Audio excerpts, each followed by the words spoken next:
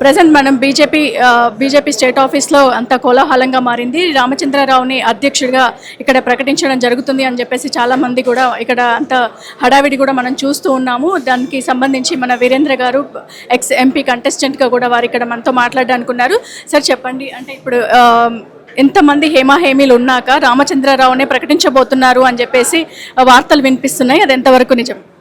అంటే ఇప్పుడు as per procedure ప్రకారంగా ఇప్పుడు 2 గంటల నుంచి 4 గంటల వరకు నామినేషన్ ప్రాసెస్ ఉంది. 4 గంటల నుంచి విత్డ్రావల్ ఉంటుంది. అయిన తర్వాత రేపు మార్నింగ్ యాక్చువల్ అనౌన్స్మెంట్ అనేది రేపు మార్నింగ్ జరుగుతుంది.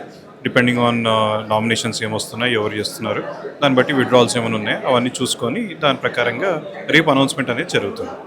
అంటే ఈరోజు అనౌన్స్మెంట్ అయిపోతుందని చెప్పేసి న్యూస్లో చెప్పడం జరుగుతుంది. మరి ఈ కోలాహలం అంతా ఏంటి బీజేపీ స్టేట్ ఆఫీస్లో? న్యాచురల్గా ఎలక్షన్స్ అయ్యే టైంలో ఉంటాయి కదా. అంటే భారతీయ జనతా పార్టీలో ఉన్నటువంటి స్వభావం ఏంటంటే ఇతర పార్టీల లెక్క ఎవరో ఒక వ్యక్తిని ఆలోచించుకొని చేసేటట్టు ఉండదు.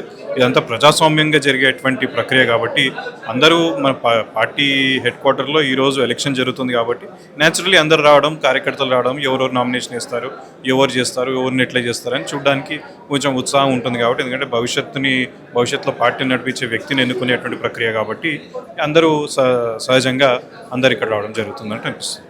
మీ గెస్సింగ్ ప్రకారం ఎవరిని నామినేట్ చేయబోతున్నారు అనుకుంటున్నారు?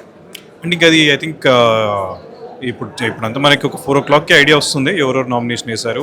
And I'm sure central party కూడా దానిపైన దృష్టి పెట్టి ఎట్లా చేయాలి, ఏం చేయాలి, కరెక్ట్ వ్యక్తులకు ఇవ్వాలి అనే ఒక ఆలోచనతో సెంట్రల్ పార్టీ నిర్ణయం కూడా ఉంటుందని అనుకుంటున్నాను. Thank you so much. Thank you.